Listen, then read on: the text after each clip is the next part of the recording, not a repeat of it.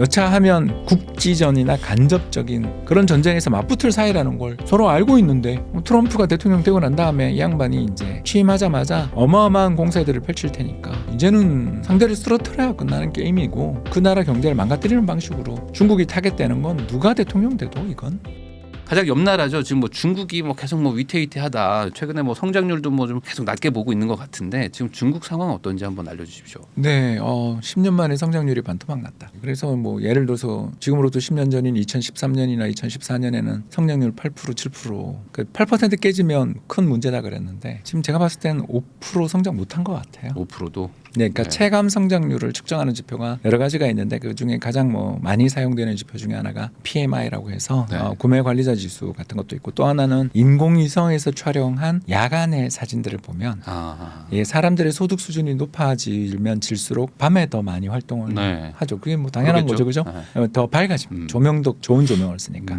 예, 그래서 그 도시의 각 지역 도시의 조명의 변화를 측정을 머신러닝을 시켜서 하면 그 지역 성장률들 이런 것들을 다 분할해서 측정할 수 있거든요.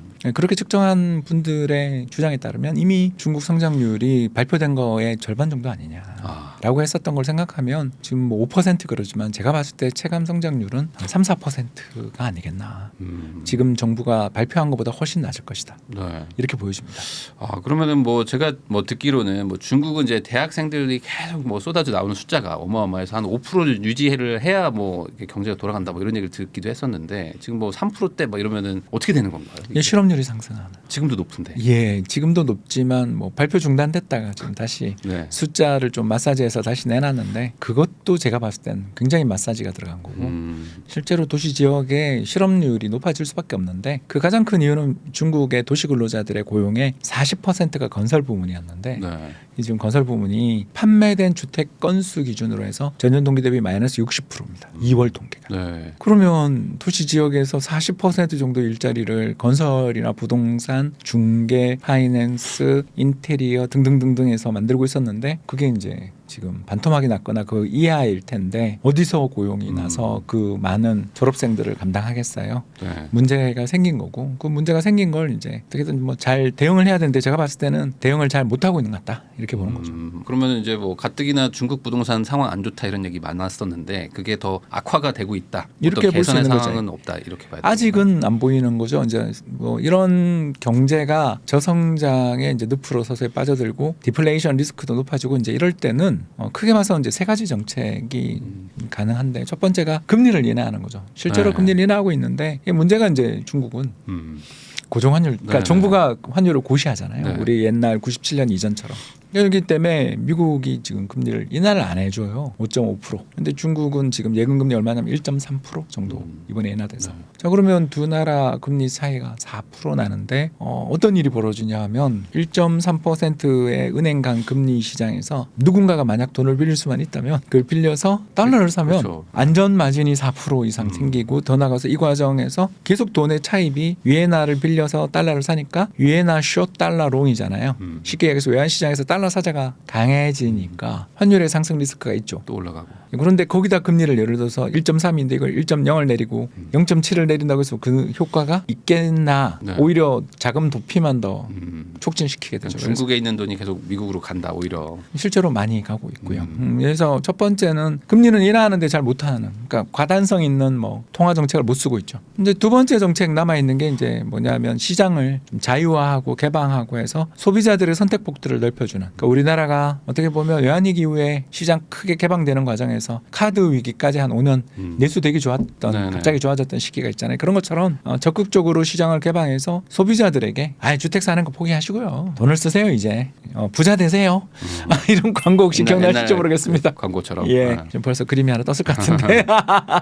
그런 식으로 소비를 부양하는 방향으로 가면서 좀 내수 시장에서의 경쟁도 촉진하고 소비자들의 구매력들을 확대시키는 정책들을 쓰는 게 이제 또 방법인데 안 할 할 것 같죠, 그죠? 네. 이제 마지막 세 번째가 결국 남아 있는 방법이 유일한 방법이 재정 지출을 늘리는. 이제 그건 결정이 됐죠. 네. 그래서 3번인데 이제 이 재정 지출을 늘리는 정책에 여러 가지 좀 문제가 있는 게 무슨 문제가 있냐? 바로 정부 재정이 무한한가.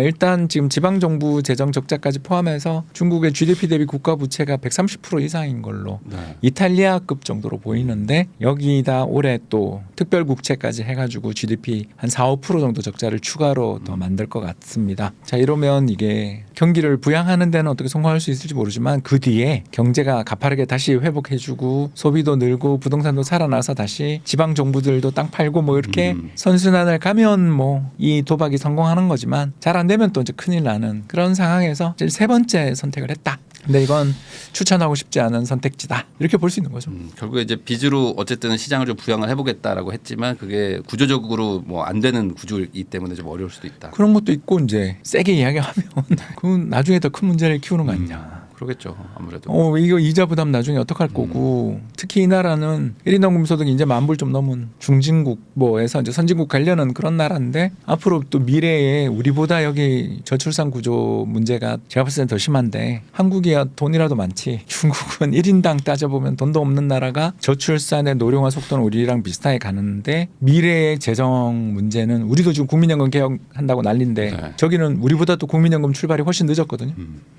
지금 저렇게 재정을 망가뜨려 놓으면 나중에 어떡할 건지에 대한 대안도 없고 이걸 알고 있는 사람들은 정부 못 믿겠다로 가겠죠. 예, 그래서 중국 사람들이 그렇게 해외 부동산 사는 거 좋아하고 해외 자꾸 돈을 빼돌리려고 드는 이유가 이 금리 차도 금리 차지만 미래의 노후가 여기 그냥 맡겨놓으면 큰일 나겠다라는 그런 공포감이 사실 우리도 걱정이라고 그러지만 우리한테 비하면 저 중국은 훨씬 더 큰 심각한 문제에 처해 있는 거죠. 그러면 이 중국의 이 지금 구조가 좀 반등의 여지가 좀 있어 보이세요? 아까 했던 두 번째를 하면 좋겠는데 소비 진작. 소비 진작하고 금융시장 개방해가지고 쉽지 않은데. 예, 그래서 저 국영기업들 구조조정 좀 하고 네. 좀 말도 안 되는 저금리로 조달해서 그 파산 따위는 걱정하지 않고 사업하는 이번에 화웨이 폰 뭐 여러분 알잖아요. 7나노 뭐 8나노 기술로 그 가격으로 물건을 만들어 파는데 애국 소비로 잘 팔린다 그러잖아요. 이게 좋은 일이 아니잖아요, 사실. 그렇죠. 그렇지 않습니까? 경쟁력이 없고 시장에서 지금 거래되고 있는 그런 스냅드래곤 레벨의 그런 좋은 칩들에 비해 얼마나 거기 비용이 많이 들었을 텐데 왜 그걸 만들어서 또 애국 소비라 그러면서 중국에서 잘 팔리냐? 이걸 이제 쭉 해보면 결국 대마불사잖아요.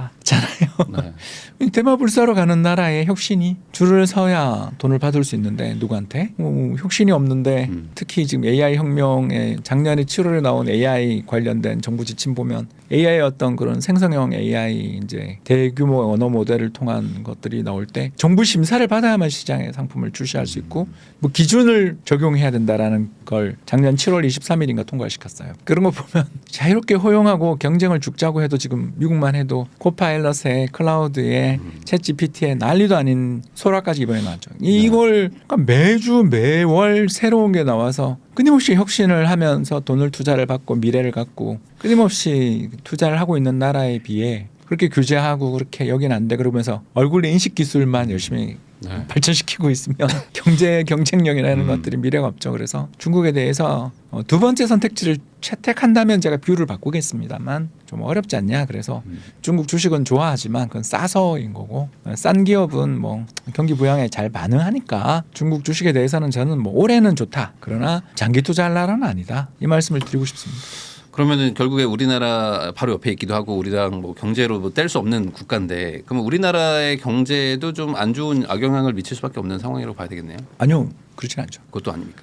우리나라에 좋죠. 우리나라는 오히려. 왜냐하면 한한령 7년 2016년 말 17년에 우리 한한령 두들겨 맞으면서 중국 소비재 시장에서 다 퇴출됐어요. 우리가. 그래서 아까 제가 시장 개방 이야기를 한 게 이것 때문인데 정부 뭐 보조돼 있고 뭐 애국 소비 그러고 어디 가서 외국인 매장들 불 지르고 그러니까 이런 거가 우리가 제일 먼저 당했잖아요. 하긴 그랬죠. 예, 그래서 백화점 다 롯데쇼핑, 쫓겨나고. 뭐 CGV, 현대차, 갤럭시, 스마트폰. 그러니까 이제 남아 있는 건 메이드 인 코리아 그 딱지가 안 붙어 있는 그 중간재랑 기계류만 가는 거고 만일 우리가 대중 수출을 우리가 중단시키면 중국이 제일 먼저 망하죠. 왜냐하면 우리가 수출하는 게 중국에서 경쟁력이 있으니까 거기서 받아주는 거지. 거기라고 한국산 제품 사고 싶어서 하는 게 아니라 대체 불가능하고 이 가격에는 여기밖에 없어서 사는 건데 그걸 규제를 한다 그러면 먼저 중국이 망하겠죠. 그러니 우리는 중국이 경제가 내수를 개방하면 그때 다시 중요해지겠지만 그런 정책을 쓰지 않는다라고 가정하면 우리는 기껏해야 기계류랑 소재 파는 건데 스마트폰 안에 있는 부품들 네. 또는 뭐 반도체 뭐 이런 거 파는 거잖아요. 그런 거는 중국 경제가 어떻게 된다 그러면 더 많은 쉐어를 가져가는 다른 나라의 물건을 팔면 애플에 팔면 되는 거지. 중국 소비 시장이 우리의 소비 시장처럼 생각하던 거는 이제 7년 전에 굉장히 오래된 흘러간 과거죠. 그러면 이제는 약간 경제적으로 뭐 연관은 돼 있지만 예전과는 좀 다르다. 소비재 쪽에 그냥 좀 이제 없으니까. 쿨한 사이죠. 아, 쿨한 그냥 이게 서로 돈이 된다 싶으니까 서로 하는 거고 그리고 한국산이다라는 거를 붙이지 않은 상품만 그러니까 이제 범용화돼 있는 표준화돼 있는 물건 뭐 예를 들어서 매드인치 디스플레이 패널 뭐 몇 기가짜리 DDR, DRAM 네. 이런 거를 파는 거지 어떤 여러 가지의 그런 관계는 아니죠. 이제는 옛날 같은 걸 기대하면 안 되는 거죠. 그러면 이 와중에 또 이제 11월에 미국에서 대선이 있는데 그 상황에서 뭐 만약에 뭐 트럼프가 되든 뭐 바이든이 되든 아직 모르겠지만 어쨌든 뭐 조금 더 강경하게 중국을 좀 규제를 할 거다 뭐 이런 얘기들이 계속 들리던데. 뭐 거의 기정사실이죠. 네.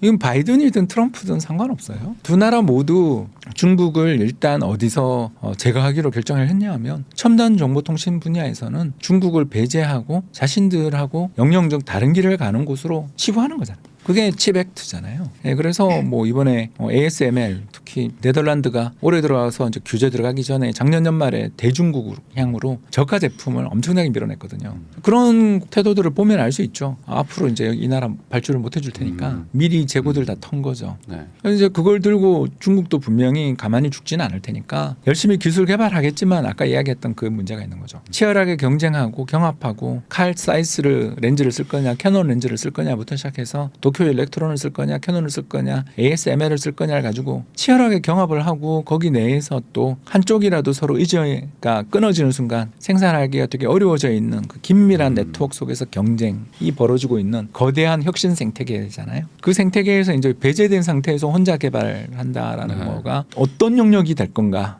그래서 화학에 가까운 2차 전지는 모르겠는데 2차 전지는 저는 테크라기보다는 화학 쪽이라고 보는 거고요. 그런 쪽은 분명히 원가 경쟁력이 있는 데가 이기겠죠. 그러나 테크 쪽은 생산성의 향상이 어마어마하게 빠른 곳인데 여기서 배제돼서 만약 자기 걸 만들기 위해서 혼자 남들이 다 크로스 라이센싱하면서 특허 마음대로 쓰고 있는 걸 배제된 상태에서 정보를 얻지 못한 상태에서 독자 개발한다. 따라갈 수 있겠는가? 갈 수 있겠다고 이제 정신 승리는 하겠지만 안 될 거다. 그리고 그건 트럼프가 되든 바이든이 됐든 이건 기정사실인 거죠. 그러면 미국이 또 중국을 또 떼고 어떤 이 경제를 운영하기 또 어렵다 뭐 이런 얘기 하시는 그렇죠. 분들 그건 많거든요. 소비재. 네. 소비재.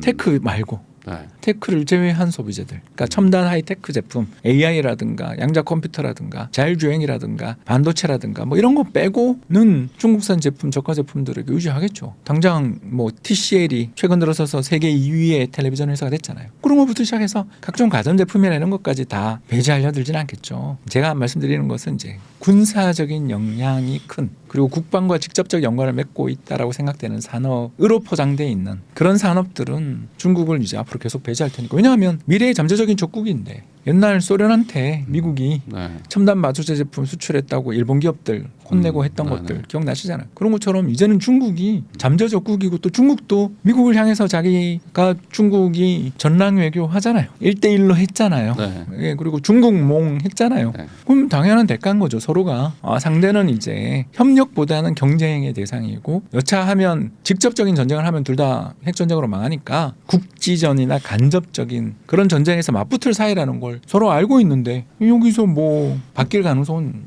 1g도 없죠. 그러면 결국에 미국이 중국을 한번 쓰러뜨릴 때까지 계속 압박을 할 것이고 그리고 우리는 거기 미국 쪽에 붙어서 열심히 이제는 또 간신배처럼 박쥐처럼 잘 살면 되지. 뭘 어떡하겠어. 박쥐라기보다는 그래도 뭐 아니 우리 한때 중립외교. 그래도 저기 뭐 천안문 광장에 가서 열병식도 참가했잖아요. 대통령이. 그렇긴 했죠. 예, 그러면서 어떻게 보면 우리가 양쪽 다 잘 지낼 수 있을 거라는 우리도 환상을 가졌던 건데 잘못 봤죠. 서로가 잘못 봤죠. 중국은 또 한국이 자기들 편 드는 나라가 될 거라고 믿은 것도 있었을 거고 우리는 중국이 이제는 자유민주주의 세계 속에서 질서를 지키며 함께 미국이 만들어 놓은 정보통신 시스템 또는 뭐 경제 시스템, 국가안보 시스템에서 중국이 그 어떤 한 자리를 차지하는 동맹국까지는 아니어도 대면대면한 나라로 2인자 정도로 그냥 그렇죠. 만족할 그렇게 줄 알았는데. 예, 지금 인도 같은 포지션을 계속 좀 할 줄 알았는데 이번 우크라이나 침공에서 중국은 러시아한테 붙었잖아요. 그리고 시베리아산 원유를 파이프라인 만들어서 수입해주고 있잖아요. 네. 그럼 뭐 선을 명확하게 선 거잖아요. 저는 2018년도 굉장히 중요했지만 네. 미국의 대중 관세부가 근데 2022년이 더 중요한 사건이었다. 그때 중국이 푸틴한테 붙은 게 결정적인 거죠. 이제는 상대를 쓰러뜨려야 끝나는 게임이고 푸틴을 선거로 못 떨어뜨릴 수는 이번에 나발리 사망에서 보듯이 자체적인 내용에서 어렵다면 결국 그 나라 경제를 망가뜨리는 방식으로 봉쇄를 하는 과정에서 가장 큰 봉쇄의 구멍이 중국이잖아요. 물론 인도도 구멍이지만 인도는 중간에서 왔다 갔다 하고 있으니까 못 건드릴 거고 중국이 타겟되는 건 누가 대통령 돼도 이건 그러면 결국에 중국을 좀 배제하고서라도 지금 미국은 뭐 큰 문제 없이 경제가 이제 꾸준히 좀 상승할 수 있는 그런 어떤 자신감이 있어서 왜냐하면 그런가요? 이제 그 중국이 멕시코나 베트남 등을 쿠션 쳐서 표갈이라고 하는데 저희가 브랜드 네. 껍데기만 갈아서 수출하잖아요. 그런 건 또 잘 안 잡잖아요. 자기들 이익이니까. 자기들이 세계에서 가장 큰 시장, 개방된 시장을 가지고 있다는 게 중국이 아무리 미국이 미워도 안 팔 수는 없어요. 장사는 미국에서 해야 되잖아요. 그 구매력을 가진 시장은 없으니까. 이런 측면인 거죠. 그러면 미국 경기는 뭐 앞으로도 계속 좋을까요? 어떻게 보세요? 올해는 왜냐하면 다음 대통령이 이제 트럼프로 보이는데 트럼프가 대통령 되고 난 다음에 이 양반이 이제 지난번 2016년 그때 임기 때는 한 2년에 걸쳐서 조직을 다 관리한 다음에 18년에 때렸잖아요. 중국을 그 관세를 부과했는데 이번에는 자기 주변에 인물이 이제 많잖아요. 이기고. 네. 그래서 내년에 만약 대통령 되면 취임하자마자 어마어마한 공세들을 펼칠 테니까 내년은 어떻게 보면 심리적 충격이 좀 있을 수도 있는 해죠. 그래서 그거는 모르겠는데 올해는 나쁘지 않죠. 그 올해는 어쨌든 대선이 11월이니까 계속 좀 약간 예, 그래서 상향시키는. 뭐 대선 전에 이제 시장이 저는 여름 정도가 올해 고점 아니겠나. 그러고 난 다음에 이제 좀 가을에는 다들 눈치 보는. 왜냐하면 현직 대통령이 가지고 있는 프리미엄이 있어서 현재 여론조사에서는 트럼프가 이기는 걸로 나오지만 또 경제 성장률 잘 나올 때는 현직 대통령이 미워도 다시 한번 하는 경우가 많거든요. 네. 예, 어떻게 될지 모르는 그 불확실성이 엄청 부각되는 특히 또 미국 예산안 처리도 그때 있고 그래서 수많은 이 정치의 계절에 주식시장이든 경제든 별로 안 좋으니까 상반기가 더 좋다 정도. 요즘에 뭐 바이든이 막 이렇게 연설에서 막 금리 조만간 내릴 거에 난 베팅하겠다 막 이런 얘기도 막 하던데 금리도 좀 초조하신 거죠. 그만큼 실제로 그러면 금리 인하에 어쨌든 올해 안에 시작은 할 거 아닙니까? 예, 그렇죠. 대선 전에는 하겠죠. 그럼 한 어느 정도쯤 그리고 얼마나 내린다고? 저는 6월에 금리를 6월에. 인하해서 6월, 8월 빠른 뭐 맥스로 하면 12월 선거 끝나고 네. 그냥 3번 정도 하자. 3번 정도. 어제인가요? 그 CPI 지수 뭐 약간 조금 더 뭐 올랐다 뭐 이런 예, 얘기 이거 안 나오는데. 좋죠. 미국의 최대 문제는 집값입니다. 네. 주택 가격이 계속- 너무 네. 너무 오르니까 그 임대료도 오르고 또 미국의 소비자 물가에는 주택 가격이 직접 반영되니까 주택 가격이 뭐 계속 오르니까 그래서 그 주택 관련돼 있는 물가를 제외한 물가를 따로 책정하는데 그건 전년 동기 대비 1.8%예요. 그걸 보면 금리를 지금이라도 인하해야죠. 집 빼고는 거의 다 잡힌. 근데 네. 이제 집이 안 잡히니까 네. 연준 강경파들 입장에서는 원칙대로 하자. 음. 집값을 지금 우리가 이거 버블이다 잡아야 된다. 네. 라고 말하는 사람들이 있는 거고 반대편에는 인플레를 중시하는 사람들 입장에서는 주택 가격을 소비자 물가에 넣는 거에 대해서 우리만 넣고 있는데 유럽도 안 넣잖아요. HCPI라고 해서 유럽은 안 넣거든요. 우리도 안 넣고요. 한국도 안 넣고요. 이런 거를 보면서 이게 이미 인플레는 다 꺾인 지 오래됐는데 이거를 주택 가격 보면서 우리가 자꾸 여기서 계속 금리를 이렇게 높게 가져가서 경제 주체들을 힘들게 만들어야 되냐라는 의견이 팽팽하니까 뭐 저는 그 신속한 금리 인하나 대폭적 금리 인하는 힘들고 선거 전에 한두 번 하지 않겠나. 그러면 뭐 엊그제 나왔던 그 지수랑 상관없이 결국에 한 6월 정도쯤에는 보통은 좀 예, 시작을 하지 6월에 않겠나. 안 하면 쇼크겠죠. 아, 계속 6월에 한다. 우리 네. 책 썼잖아요. 네. 그래서 6월 정도에 하고 저는 6월에 한다고 봅니다. 뭐 이제 12월까지 한 2번 정도 더해서 총 한 3번 정도. 3번 정도를 저는 생각합니다.